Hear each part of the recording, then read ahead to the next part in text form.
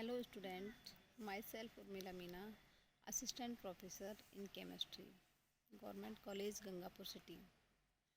आज का हमारा टॉपिक है D block element part 7 4D 5D elements. यानी हम 3D एलिमेंट्स की स्टडी कर चुके हैं पिछली जो क्लासेस में। आज हम 4D और 5D मतलब यानी द्वितीय संक्रमण श्रेणी और चतुर्थ संक्रमण श्रेणी और तृतीय संक्रमण श्रेणी की स्टडी करेंगे।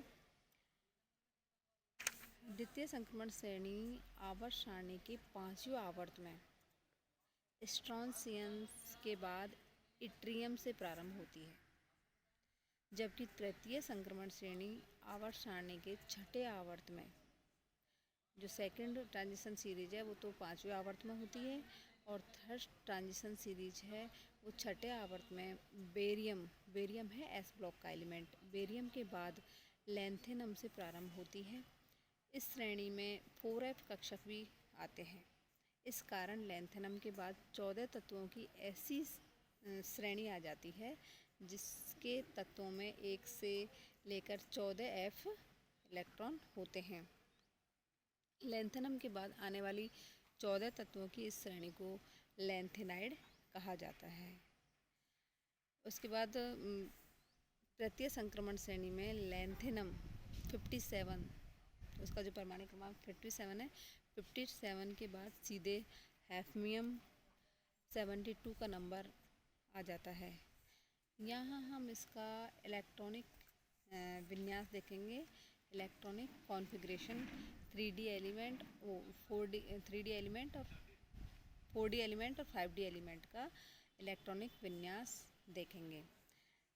तो इसका जो एक जनरल जो फॉर्मूला है वो है क्रिप्टॉन 4D 1 to 10 S1 और 2। ये इसका एक जनरल इलेक्ट्रॉनिक विन्यास है। तो इसमें इट्रियम से लेकर कैडमियम तक आते हैं। 4D जो एलिमेंट हैं उसमें इट्रियम से और कैडमियम तक आते हैं, जिनका परमाणु क्रमांक होता है 39 तो होता है इट्रियम का और 48 होता है कैडमियम का। यानी 39 से 48 तक के इसमें तत्व रखे गए हैं। इसमें भी 4D एलिमेंट में भी 10 तत्व रखे गए हैं। तो इनका हम इलेक्ट्रॉनिक विन्यास देखते हैं। इट्रियम का होता है क्रिप्टॉन, यानी लास्ट में आएगा, उसमें भी वो डी में इलेक्ट्रॉन जाएंगे 4D1 5S2। फिर इसके बाद आता है जर्कोनियम, जिसका परमाणु क्रमांक 40 होता है, इसमें 4D2 5S2। इसके बाद नायोबियम 41, इसका होता है 4D3 5S2।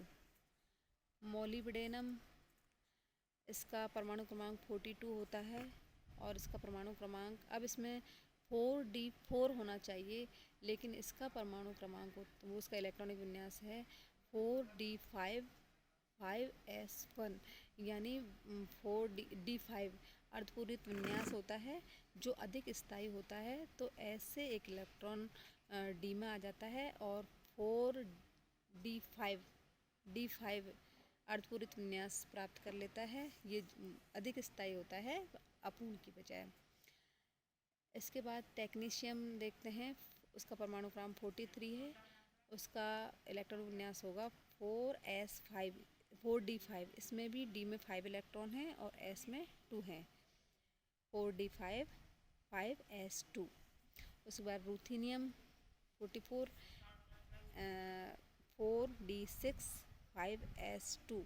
इनका एक क्रम में चलता रहेगा, इस तरह एक एक इलेक्ट्रॉन डी ऑर्बिटल में आता जाएगा। तो रोडियम का हो जाएगा 4D7 5S2। पैलेडियम का हो जाएगा 4D8 5S2। अब फिर सिल्वर पे आके ये थोड़ा चेंज होता है।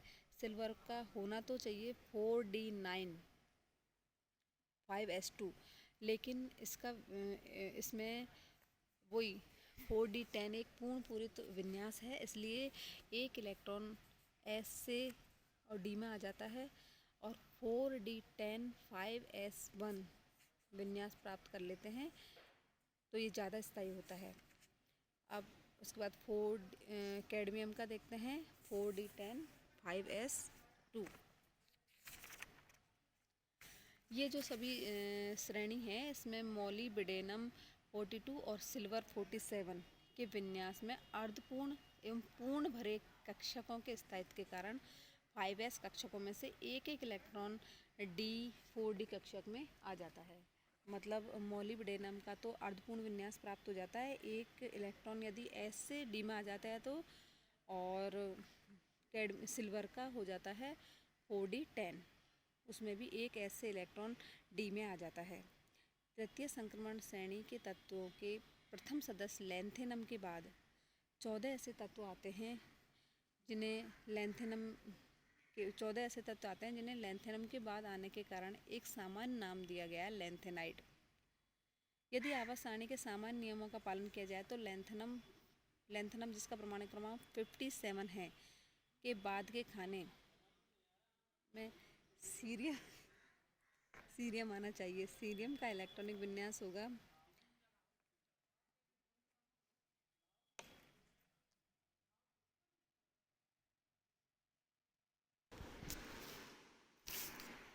लैंथेनम 57 का इलेक्ट्रॉनिक विन्यास है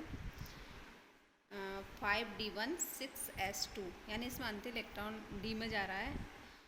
5D कक्षक में एक इलेक्ट्रॉन के आते ही 4D कक्षकों का ऊर्जा स्तर इससे कम हो जाता है, जिससे आने वाला 58वां इलेक्ट्रॉन 5D में न जाकर 4f कक्षक में जाता है, और साथ ही 57वां इलेक्ट्रॉन भी 5D कक्षक से 4f कक्षक में चला जाता है। इसलिए जो परमाणु क्रमांक 58 यानी सीरियम का जो विन्यास होगा वो 4f2 5s2 5p6 5d0 6s2 होगा, यानी इसमें 5d खाली हो जाएगा और 4f में 2 इलेक्ट्रॉन चले जाएंगे, और इसके बाद आने वाले सभी तत्वों के इलेक्ट्रॉन 4f में ही भरते जाएंगे जब तक कि 4f कक्षक पूर्ण रूप से न भर जाए। अतः 4f14 विन्यास के बाद ही इलेक्ट्रॉन 5d कक्षक में भरे जाएंगे।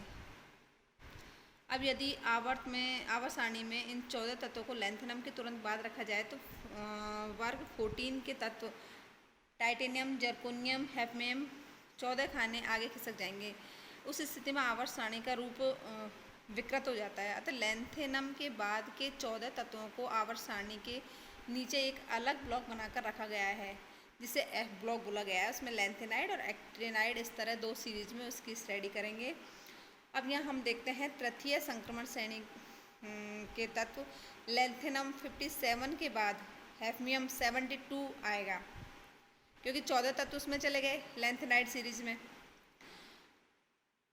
तृतीय संक्रमण श्रेणी का इलेक्ट्रॉनिक विन्यास कुछ इस तरह है, जैसे lanthanum 5s2 5p6 5d1 6s2। उसके बाद डायरेक्ट आता है हैफनियम 72, इसमें 4f14 मतलब 4f कंप्लीट भर जाएगा। उसके बाद 5d2 6s2। अब इसमें उसके बाद आता है टेंटेलम, उसका इलेक्ट्रॉनिक परमाणु क्रमांक 73 होता है।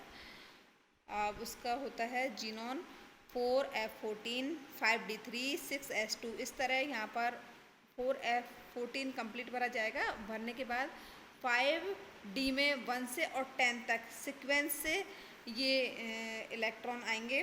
जैसे टंगस्टन में हो जाएगा 4f14 5d4 6s2, रीनियम में हो जाएगा 4f14 5d5 6s2, ऑस्मियम का है 4f14 5d6 6s2, इरिडियम का है 4f14 5d7 6s2, प्लेटिनम का 5d9 हो जाएगा 6s2, और गोल्ड का हो जाएगा 5d10 6s1। मरकरी Hg 80 जिसका परमाणु क्रमांक है उसका हो जाएगा जीनॉन 4f14 5d10 6s2। इस प्रकार द्वितीय संक्रमण श्रेणी के तत्वों का इलेक्ट्रॉनिक विन्यास होता है, जनरल इलेक्ट्रॉनिक विन्यास होता है क्रिप्टॉन 4D1 to 10 5s2, जबकि तृतीय संक्रमण श्रेणी का जो सामान्य इलेक्ट्रॉनिक विन्यास वो होता है xenon 4F14 5D1 to 10 6s1 to 10।